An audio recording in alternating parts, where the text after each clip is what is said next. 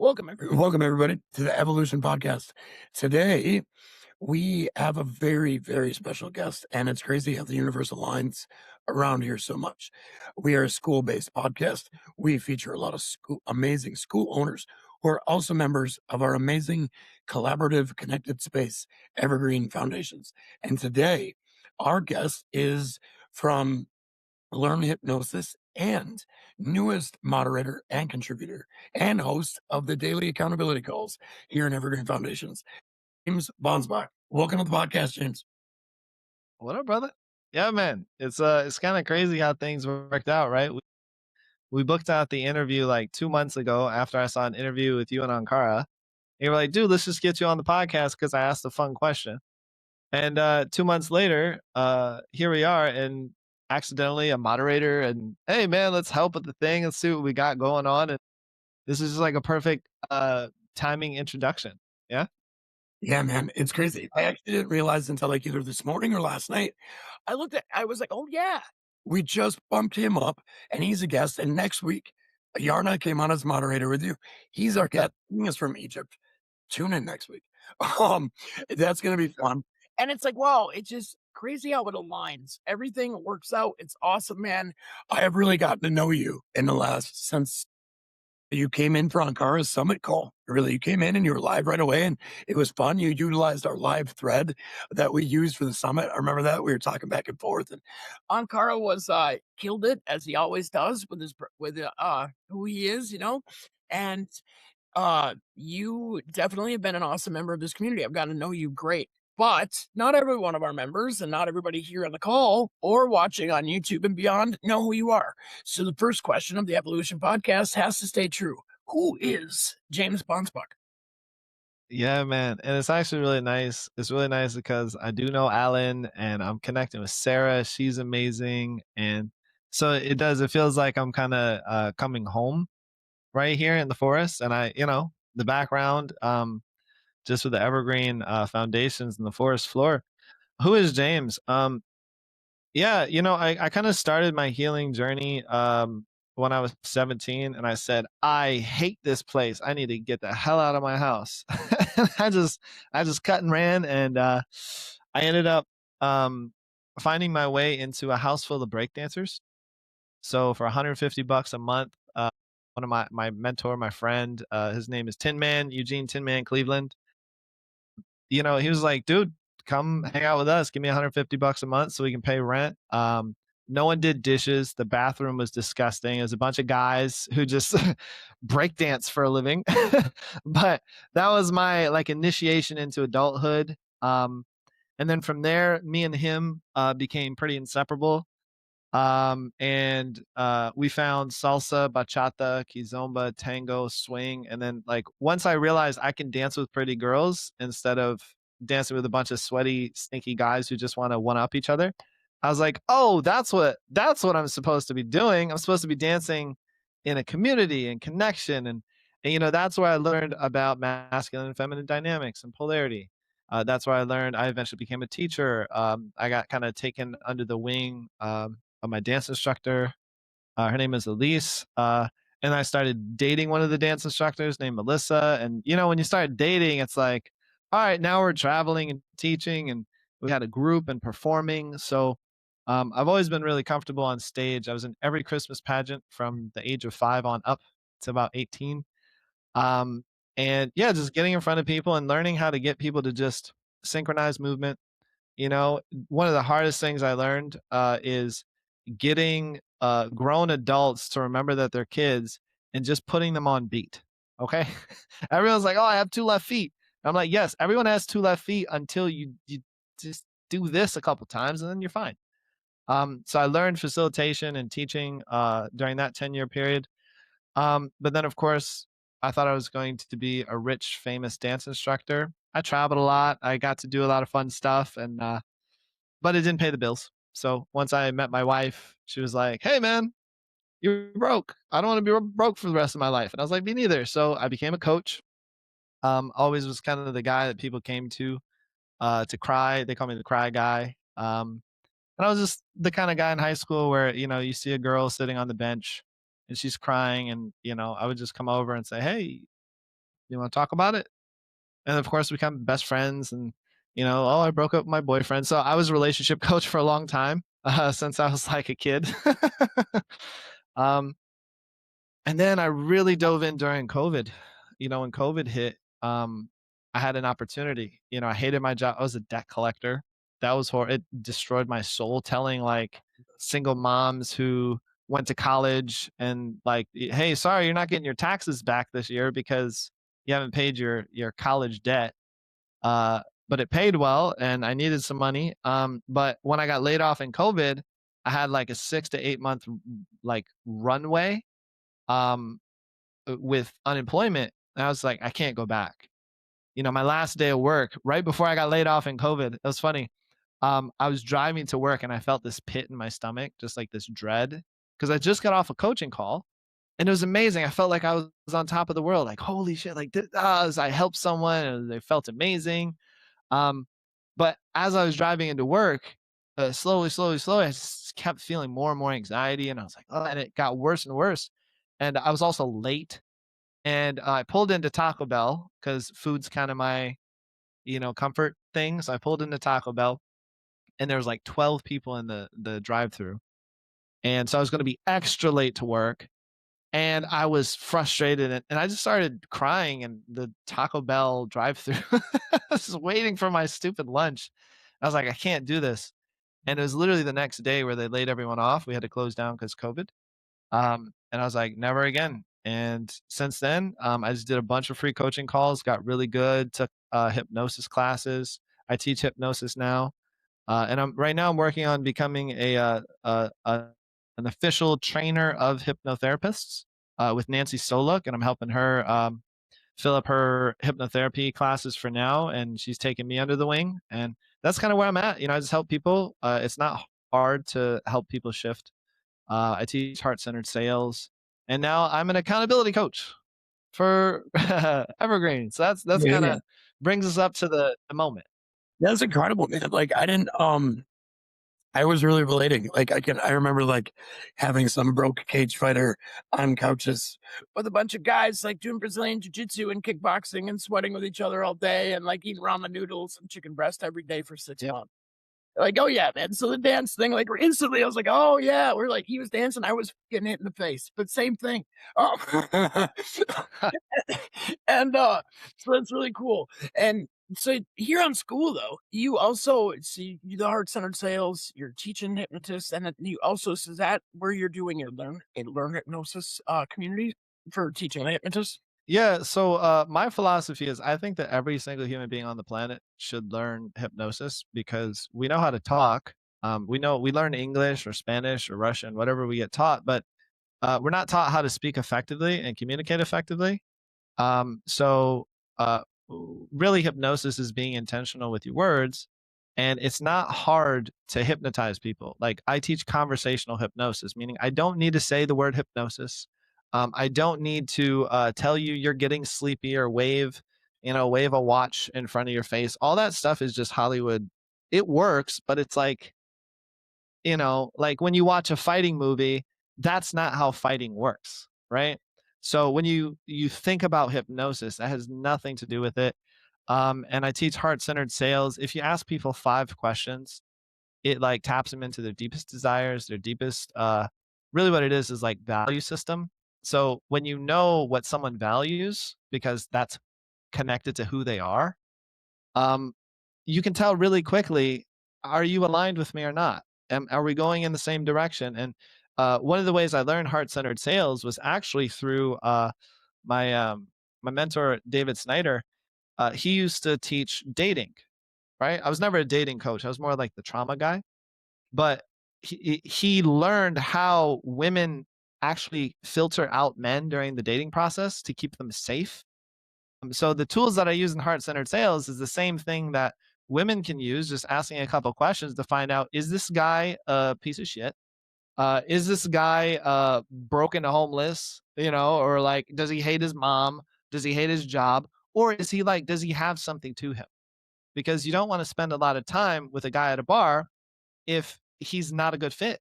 You say, oh, sorry, let me go use the bathroom, right? So the same thing with sales. It's like if I sit down with someone and all they care about is money, they put money over people. I love you, but I'm not going to teach you my magic juju because you're going to take advantage of people. So I learned really quickly with a couple really simple tools and techniques and questions. Is this person heart centered? I teach heart centered sales. And what I find is a lot of healers are heart centered and they put people over money. But the problem with that is now it's mutually exclusive. You either have money or you have connection, and that's not true. So I break those limiting beliefs with my hypnotherapy training. And then all of a sudden, one call with me, and people are making sales. One call with me, they like book 9 clients. It's just like I have the testimonials on my page. It's not hard, and I really want to bring the simplicity, the ease, and really what it is like when you can just hold safe, loving space for people in a healing context or a friendship context or a sales context, it's all the same thing. So if you can do that and you're a good person, you're going to be abundant and you're going to make deep connections. Does that make sense? 100%. Yeah. 100%. Yeah, that's beautiful, man. Dinka, any reactions or questions from before we keep Yeah, going? I have a gazillion questions, obviously, because I've Actually, only Yeah. had the pleasure of talking to James once, and it kind of felt like we have met, maybe not in this lifetime, but we kind of vibed straight, and I think we fell down the human design rabbit hole for a second. Yeah. I'm not really sure if my knowledge of this is correct, so maybe I'm gonna ask stupid questions, but I'm gonna ask it anyway. So, is this something similar to NLP then, or does it have to do anything with it, or am I completely like seeing this through So a good. different lens? that's a good Yeah. question. Not a stupid question at all. And also, I just want to welcome everyone else to the space, Patrick and Tim. Tim, it looks like we got the sound working. Nice. Yeah. And I'm not going to try and pronounce the names sometimes because I get it wrong. Yeah. So the cool thing is, I actually, my first hypnotist teacher, his name is David Snyder. Look him up. Got a ton of stuff on YouTube. Um, he was actually labeled as the top NLP trainer in North America, like 3 or 4 years in a row. So he was my first introduction to learning hypnosis, and I saw him on YouTube. I was interested in hypnosis for a very long time, but I was always afraid because I didn't want to manipulate people. Because my dad was used guilt, and he studied psychology in college, and I could tell that he knew how people worked and could like use it, and he would call it's the Bansbach charm. I have the Bansbach charm too. The waitress comes over and he's not flirting, but everyone smiles when my dad was around. And I picked that up too. And I knew that I had that in me. And I really didn't want to use it because it felt really bad to be manipulated. So I stood away from hypnosis for a long time. But then I stumbled across Defense Against the Dark Arts with David Snyder on YouTube. It was a workshop he taught. And of course, I love Harry Potter and all things magic and wizardry. So I was like, well, I'll learn the defense against the dark arts because that's not bad. That's not manipulation. Right. But the first thing he said is, there are billion-dollar corporations that are just funneling, decades of research and money into learning how to make you do things against your will that you don't even know they're doing it. So he said, the only way you can defend yourself against the dark arts is to learn what they're doing. Because the only defense you have against awareness, it's like it's pulling strings outside of your awareness. He said anything outside of your awareness controls you. So if you're not aware of it, you're blind and you're getting got. Narcissists use it.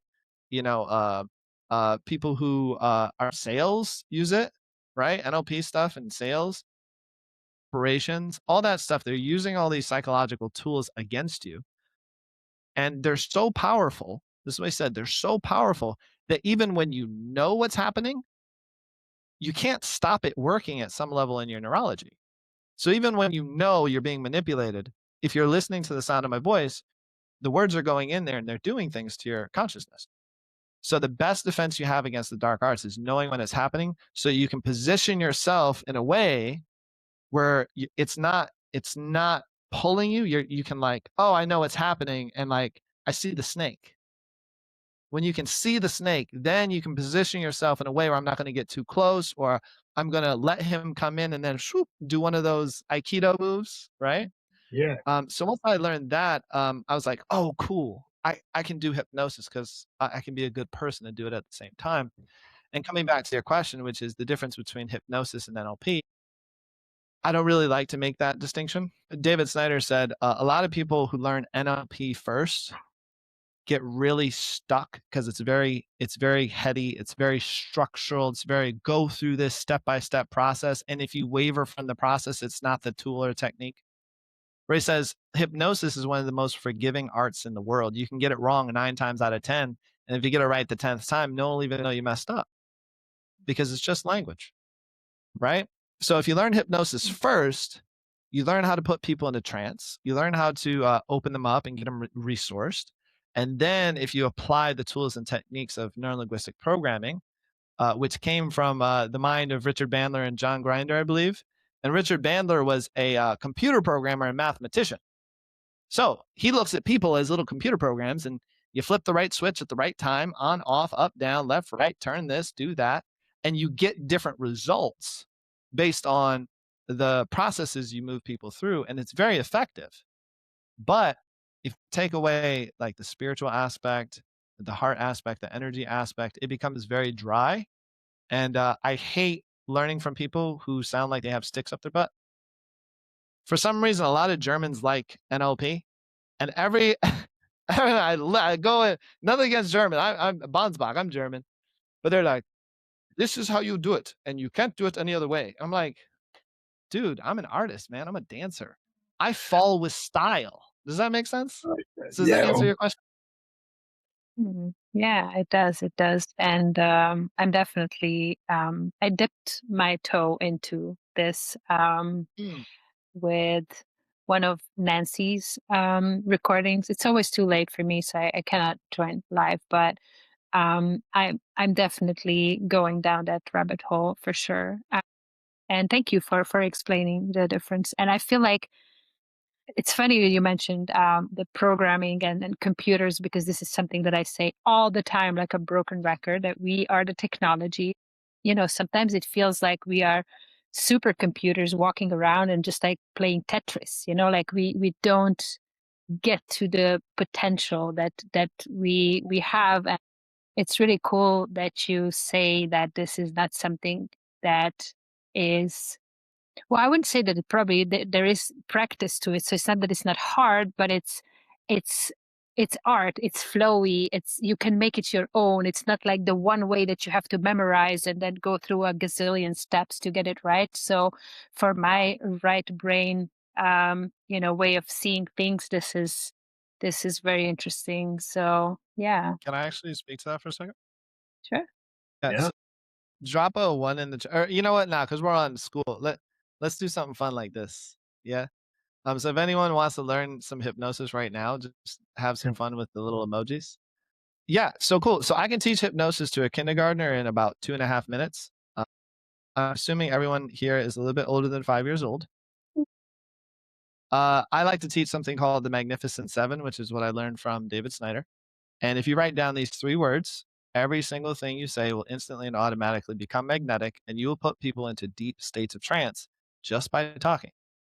And the first word is notice. Just write it down if you want to. You don't have to.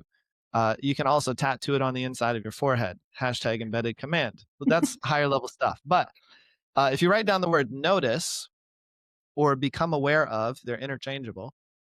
You can now guide and shift anybody's conscious awareness anywhere you want it to go without them being able to do anything about it.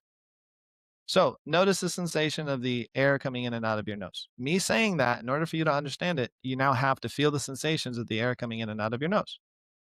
And as you do that, you can begin to notice the sensations on the bottom of your feet. And once again, we just transported you to the bottoms of your feet. Now, you could do that with physical sensations in the body. You could do it with emotional bodies too. You can say, just notice, maybe remember a time that you felt really loved, really safe, really warm, really connected. And I know that a couple of you are probably doop, doop, doop, doop, doop, drifting off to a place in a space and time where you felt really loved, safe, and connected. So I just transported your awareness over here. Now, while your awareness is over here, I can say things and add suggestions and say things like, oh my gosh, you guys are the best hypnotists in the world, learning 10 times faster than ever before. And then when you bring awareness back, now it's sandwiched in there, it's in your unconscious now. That's all hypnosis is. Can I bring your attention over here and then bring it over here and bounce it over here and bounce it over here and confuse the conscious mind, get that out of the way, and then layer in really powerful, positive, loving suggestions like you are worthy. You are good enough. I know some of us need to hear that.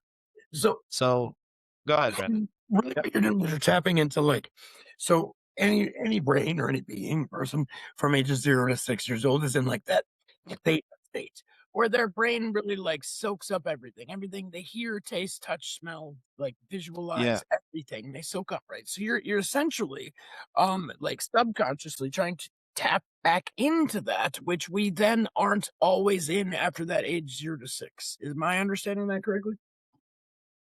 Yeah. So if I can add upon that understanding, before the age about 5 or 6, and most people don't remember their childhoods before that age because our brain isn't developed to the point where we have the capability to use rational logical thinking. We start to build that as we grow in age. But what happens is when we're little, um, the primary survival need is just download whatever works. I can't go and fight a tiger when I'm 3. I'm fully dependent. So because we're in that state, whatever's working works. Just take it. Now the problem is of course, sometimes things are adaptive and sometimes they're maladaptive. So mom, is always anxious about money. Money doesn't grow on trees. Ah, da, da, da. All these things. Well, it works. They're alive to the survival need. But yeah, as you go, our higher functions kick in. We start to go into beta brain where we can like see things outside and we can start to act and do things in the world. We can make decisions. Those are And high level decisions are functions. influenced. And decisions are influenced by everything that we picked up in that first state. Yes, Yeah. absolutely. And the cool thing about hypnotherapy and hypnosis is I can take someone in 10 minutes and really like sometimes 30 seconds. And I can just like using language, write this down. Second word. So notice, become aware of. Second word's because. So just write that down because everyone uses it. That's what I'm saying. I teach hypnosis, but really what it is, I just highlight the things that you're already doing that work and get the most impact. So if you ask somebody because 1, 2, 3, 4, 5, 6 times, you're going to find the root of something. So I can't ask for money because, well, because it's scary. It's scary because, well, what if someone doesn't like me? Oh, and they wouldn't like you because, oh, and now all of a sudden, when people start saying, wow, that's a good question, you're going unconscious. They don't have there. It's a good question because they don't know the answer. So they have to go inside to find the answer. And now you're pulling up the gold. You're pulling up the golden ore as the unprocessed unconscious shit and put it on the table.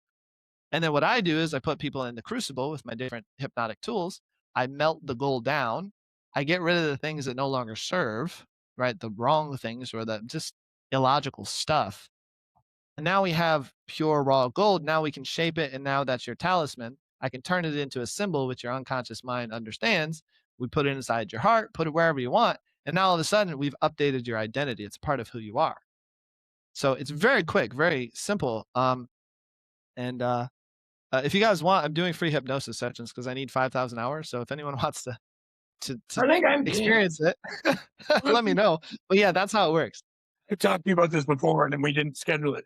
But now that we're like in each other's orbit as much and I see you all the time, I think I want to do this because I love neuroscience. It doesn't take much to Yeah. figure out about me trying to get my whole brain and back together and like my over my life. Like I've gotten obsessed with the brain, so communication, all that. Yeah, I'm game. I want in. Um, Heck yeah, man. I see I some teach hands raised. hypnosis for free, by the way. I teach hypnosis for free. So if anyone wants to learn hypnosis, the Learn Hypnosis community, I have a whole week, 8-week course for free. So learn conversational hypnosis, get results, and then I charge for learning heart-centered stance. So if anyone wants to learn, and Brandon included, I got you, bro. Yeah, do we have any questions? Well, I was gonna say I seen some hands. We always leave the podcast super inclusive, guys. You ever raise your hands and you got questions for James? Let it rip. Tim, was that a question or you were saying you want to be up? Okay, that's what I thought. So, well, how long have you been on school teaching hypnosis? And how has that been different set from what you did like with COVID? I'm sure you did I did it too, right? We jumped into social media and we did all that bandwagon and stuff. I'm sure you did. So how has that changed with school and like the way you're able to present your teachings? Oh man, this makes me so happy, you guys. It makes me so happy. So I primarily did everything. My whole coaching career has been on Facebook. I hate Instagram. I'm not a 60-second, 30-second TikTok dance kind of dude. I like to ask questions, and Facebook allowed me to.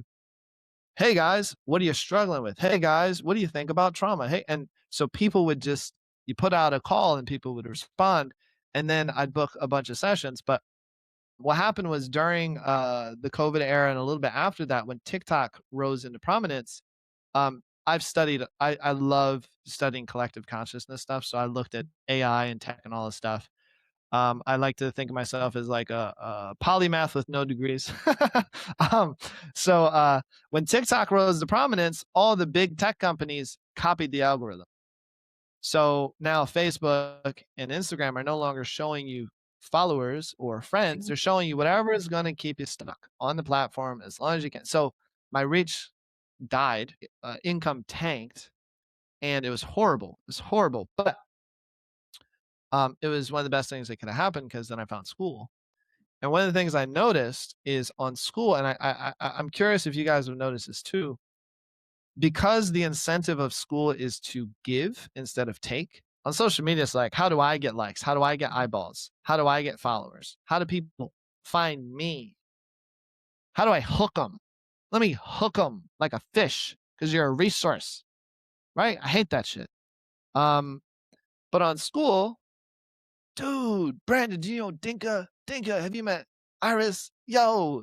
And it's like the incentive is to give first. Give, live in the give. That's my main philosophy. So it works.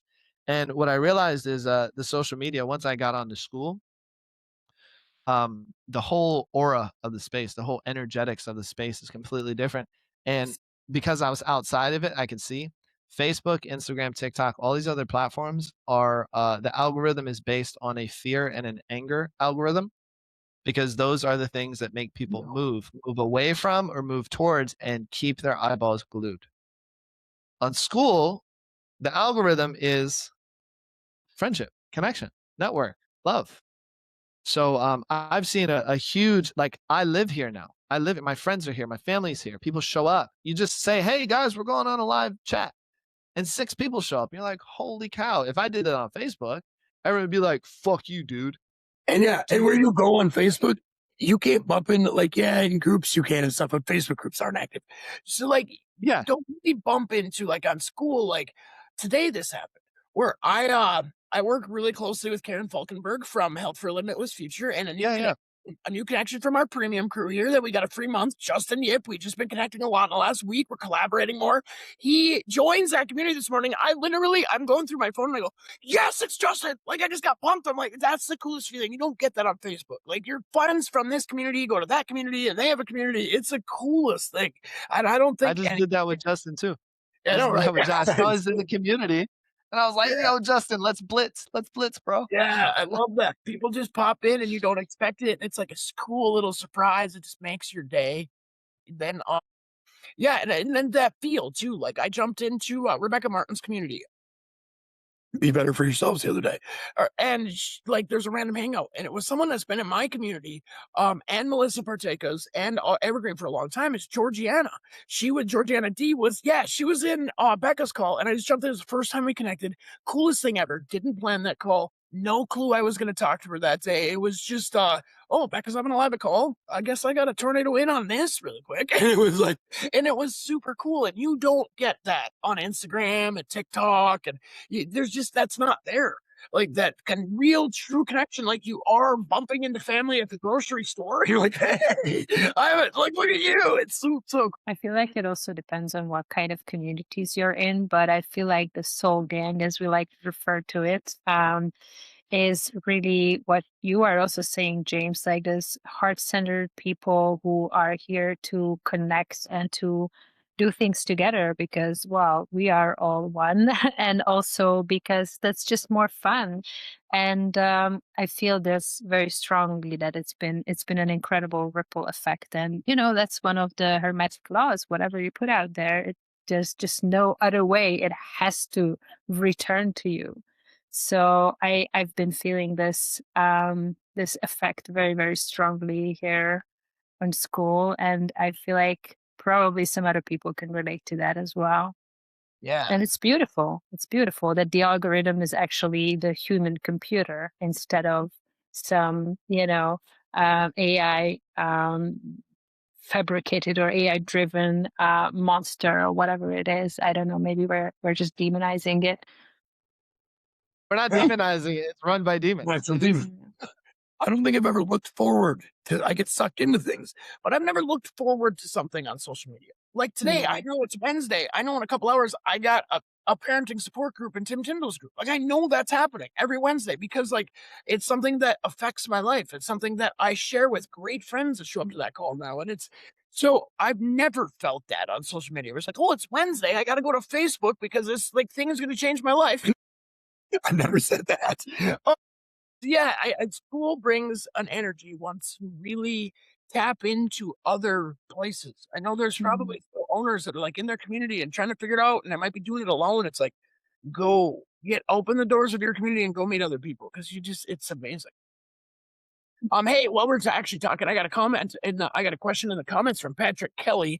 What are your feelings, experiences, recommendations on self hypnosis for things like emotional regulation or as a sleep aid? This is a great question.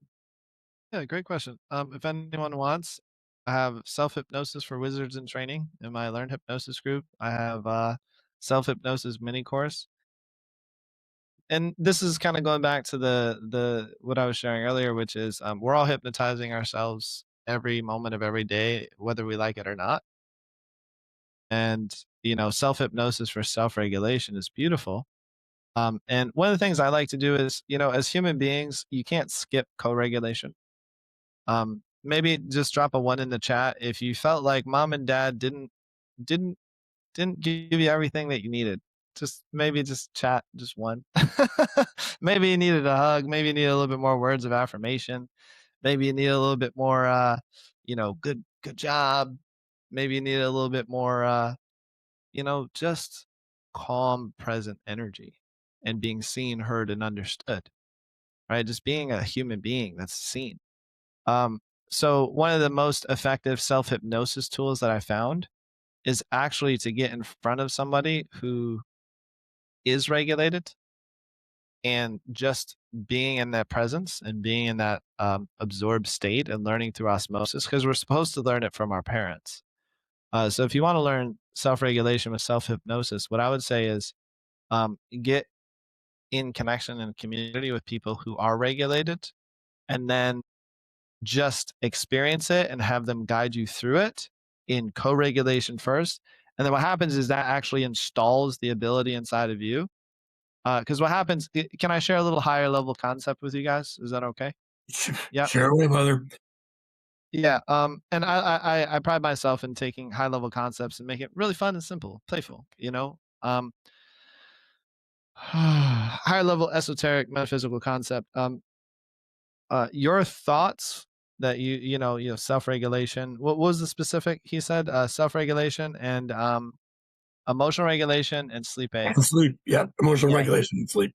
beautiful. So self-hypnosis. This is one of the cool things that you can do with hypnosis. You have little tiny beings inside of you. If anyone's ever heard of parts work, or internal family systems, or in old magic terms, they're called elementals or egregores. Egregores are big mental beings, autonomous beings that large groups of people create when they put big energy into it, like in religion. You know, deities are egregores. They're big archetypal energies that we feed, and then those egregores can either help and protect a space and a group of people, or it can feed on them. So those are the big, big things. God, that's a word, but what the hell is God, right?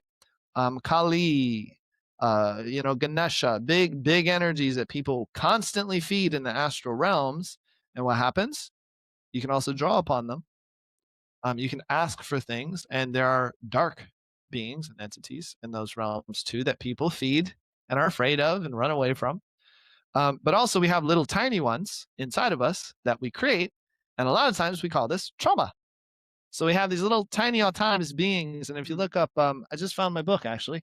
I can't remember what it's called, but the best way I teach self hypnosis is to just actually install it in you so it runs in the background unconsciously, so you don't have to do it. That's what I like, efficient and quick and easy.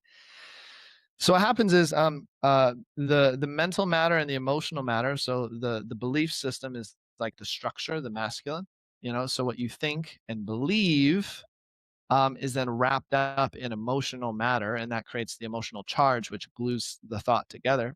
If I said that you have purple hair, you big stupid purple hair meanie, you'd be like, I don't have purple hair. So that thought is just like air; it just doesn't do anything to you. It's not. It's very fine matter. But when you attach anger or fear or shame or guilt or rejection or abandonment, now it becomes a thing that can hit you and punch you in the chest. Someone says something that you think is true, you'll never amount to anything. Stab me in the heart, right? Whatever it is for you. So what happens is when you go in there, we find the mental structure and just say, is that true? And it snaps it in half. Okay. And then that we drain out the emotional energy, which then gets recycled into your nervous system. So you have more energy. Libido is what they used to call it. Is emotional, sexual energy that you have is life force energy. Um, but the cool thing is once you understand how to structure a thought and structure an emotion and create an autonomous being, which happens in childhood when we're in trauma, it just like separates and now this thing is the protector. And now we have the victim. Now we have the manager and all these little things that jump into the driver's seat when we're not looking and say, we're going to keep you safe, but they're all fighting each other with different needs. So we bring those together, we harmonize, unify, and neutralize so that you become more of your true self. But then you can go in there and you can create little tiny autonomous beings consciously. This is the hypnotist, or I'm the hypnotist. And one of the favorite things I like to do is I like to just say, just imagine you have a little tiny James sitting on your shoulder and he's just telling you, you're doing a great job, man. Keep going. I love you. No worries. You got this. Right. And we call that the voice of authority. So that's a little tiny mental emotional construct that now programs your unconscious mind as you go. Milton Erickson said, my voice will go with you. I just like to play and have a little James there. And what happens is after our work together, I had a client of mine, she said, it's funny because she has some religious trauma, right? I work with people who like been in cults and shit and a lot of abuse. I have lots of trauma stuff that I help people with. But she was like, man, I was going to message you, James, but then I just stopped and I asked myself, what would James do? And if you guys ever heard WWJD, I was at Catholic school, right? So WWJD is what would Jesus do? And they gave us all little bracelets that said WWJD. And that's one of the most powerful hypnotic operators you can have. What would Jesus do? Be like Jesus. Oh, so what would Jesus do? Do that. Easy. So now it's what would James do? And I said, don't religious trauma. Be careful. But when you have that, at some point when we're wrapping up the work together over 6 to 8 weeks, whatever it is, sometimes years, what I do is I then give that power and authority back to you. So I build it because I'm good at it, and then I just give it your voice, and now it's you. It's made of you. It's made of your thought stuff, your emotional stuff, and now we shift it from the shoulder into the heart space, and now you have a new voice of authority instead of the one that beats you up. Self hypnosis. That's just replaying the trauma loop and the self hypnosis over and over and over again. Now it's an empowered voice. And there's hypnotic techniques where we can take you all the way back before you were born, it's called the womb of creation. Before you were even two cells, we take you back there, install that new voice of authority, and then have you relive your life all the way up to present day. And then imagine what it would be like, 3 months, 6 months, a year into the future. where you're telling yourself good, positive things, loving true things too. What would that be like? And all of a sudden, she'll poop, sandwich it, and that's my little gift to you. And self-hypnosis is kind of taken care of on its own. Because my mentor David Snyder said, get the conscious mind out of the way because that's what's going to fuck it up. Get the client out of the way because they're gonna just put that over there, install it so it works, and then close the loop, and it just kind of works in the background. Does that answer your question? May not have answered the specific question, but that's how I would use self-hypnosis. And I can give specific techniques too after that. Yeah, Does that make that's sense? awesome. Yeah, this blows my mind on so many different levels. I had a couple of realizations. One is that I always say, I don't know if you guys know this Disney movie, Mulan, and there's like the little sidekick dragon Mushu. Yeah. I completely imagine you as Mushu as from this Yep. day. So you will always Shame be on my your little, cow. Shame on your yes, family. Yeah, I love exactly. Love Mushu. it. So, and the other thing is that I realized that Peter Crone, who I love dearly Yes. and love his teachings and everything he stands for, I realized that he uses this. I never understood that. And now I see that this is the way that he works with the with the subconscious or unconscious mind.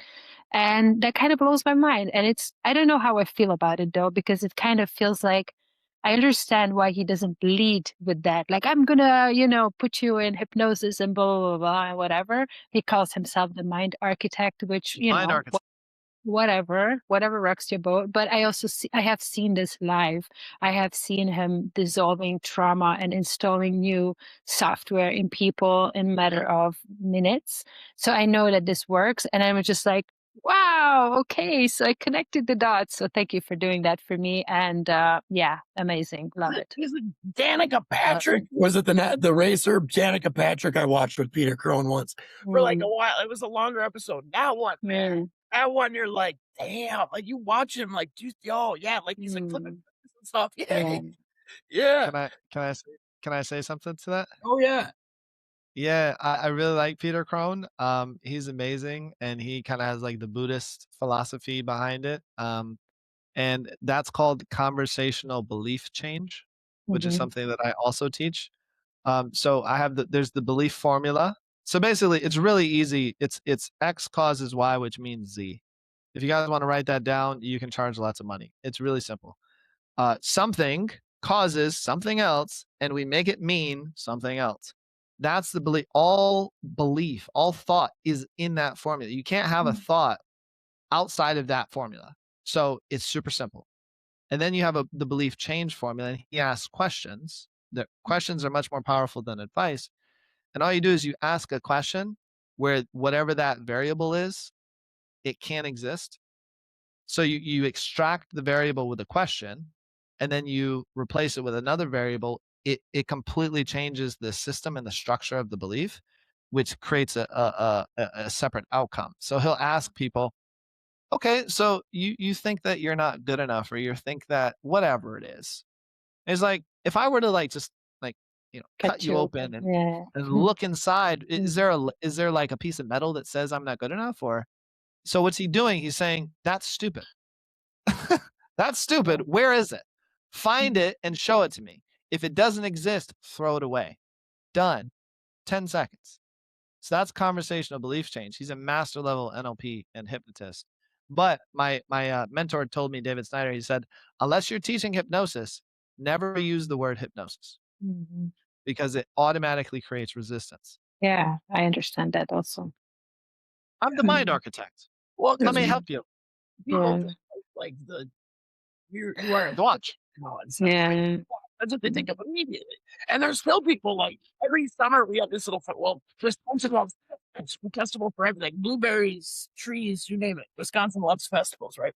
So there's this guy that does hypnotize stuff at like all of them, and that's the kind of stuff he does. So, like people think that is what it is, right? It's crazy. Yep. Hey James, as we wind down here, this has been super fun. Super amazing. I knew it was going to be the second we booked like 2 months ago, but it's gotten even better. I love having you on the team, man. I can't wait to look forward and see how we're going to connect more, right? It's been a great conversation. And at the end of this, you asked earlier, you asked a question that was a little foreshadowing that now I'm going to send over to Dinka because you're asking Dinka what she was doing. Now you're going to find out what she was doing. Yeah. So it started with during the summit. I started drawing oracle cards for all of our guests, tuning into their energy, and it's became like our little thing for this podcast. So this one was a tough cookie. I had to shuffle a lot to get the card, which is unusual. But so I got the trader card for you, which reads, exchange energy to create abundance. So I love it. It's so good. It's so good. Every single time. I love this deck. That was like spot free. Oh, wow. Yeah, that was one of my favorites. Yeah, that was pretty good. Yeah. So I wouldn't ask if it resonates because I kind of feel like it does. So yeah. That's Yeah. Thank you. And can I make a request? Absolutely. First of all, can you send that picture to me? Of course I will. Yeah.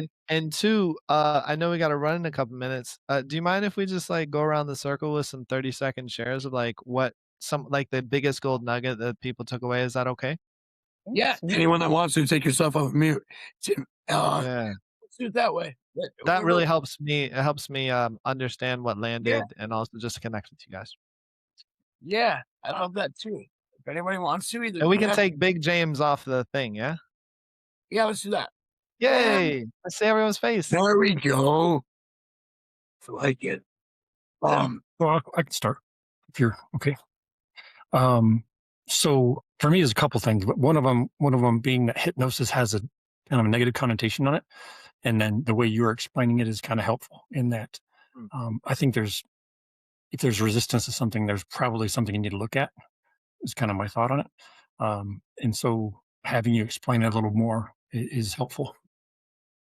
Yeah. Yeah. Okay. Cool. So we took away some of the negative charge of hypnosis. That's I'm very grateful. Thank you for sharing that, brother. And I'm glad your sound got back on. Anyone else? Gold nuggets? You can also type it into the chat if you don't feel comfortable. Yeah. Waiting for the mic to come on. Yeah, when you're talking about the self-regulation, the line where you said it's something we should have learned from our parents.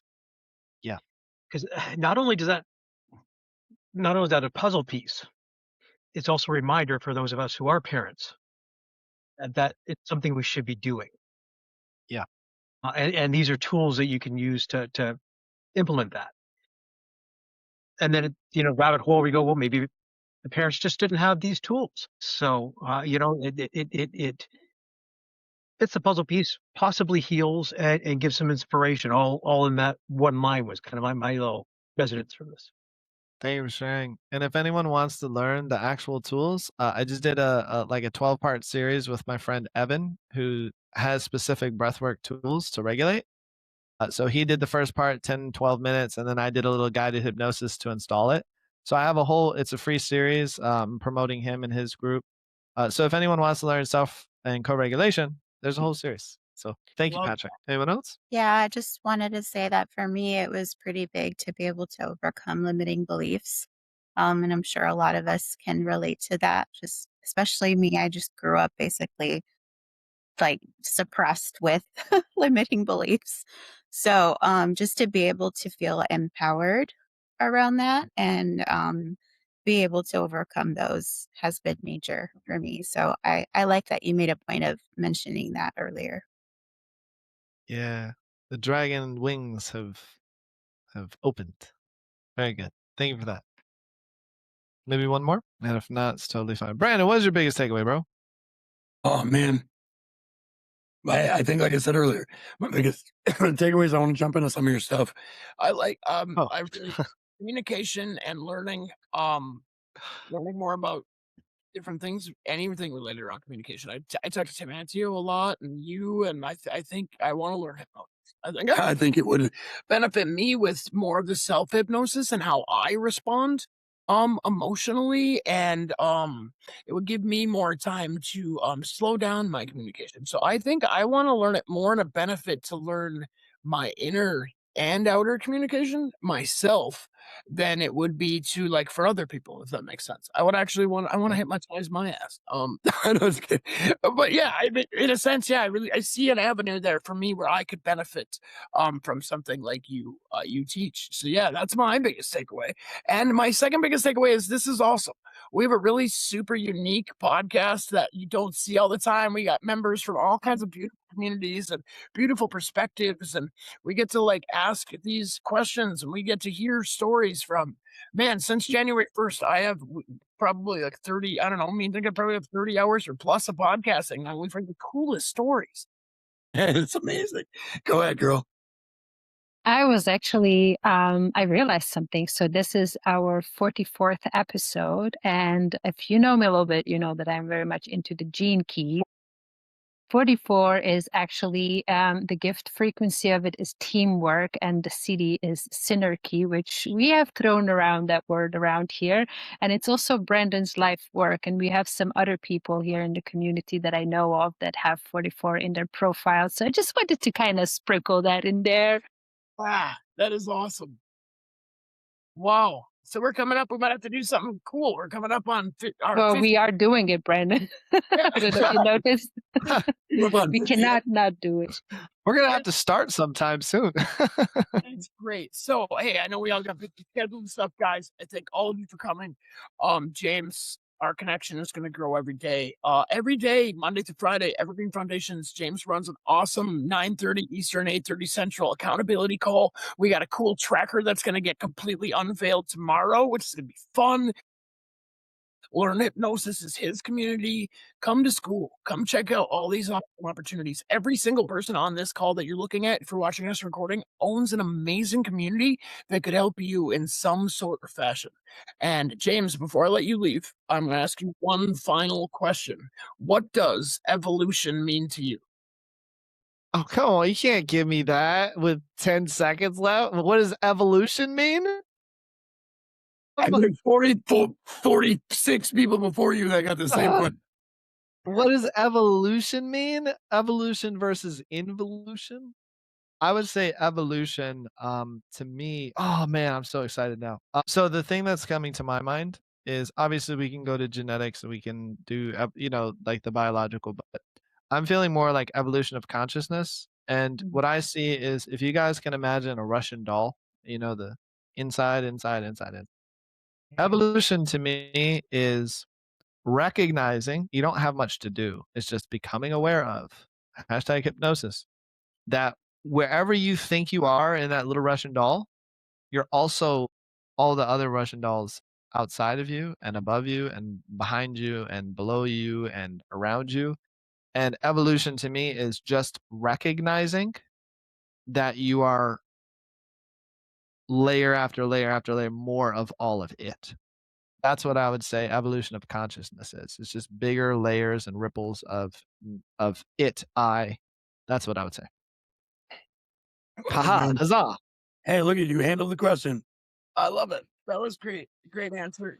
Follow us on YouTube, Spotify, Apple Podcasts, and here right in Evergreen Foundations. I'm Brandon DeKramer from the Better Brain Project, Dinka Salvador from Trinity Code, and a whole bunch of us from Evergreen Foundations. Hit up James. Guys, this has been awesome. We'll see you next week with another member of our team from Egypt. Yarna Grobstruck joins us, and I can't wait for that one. And knowing him, he's going to be like in a robe on a pyramid. So you guys are going to want to come. You guys are going to want to come. See you next week. Keep evolving.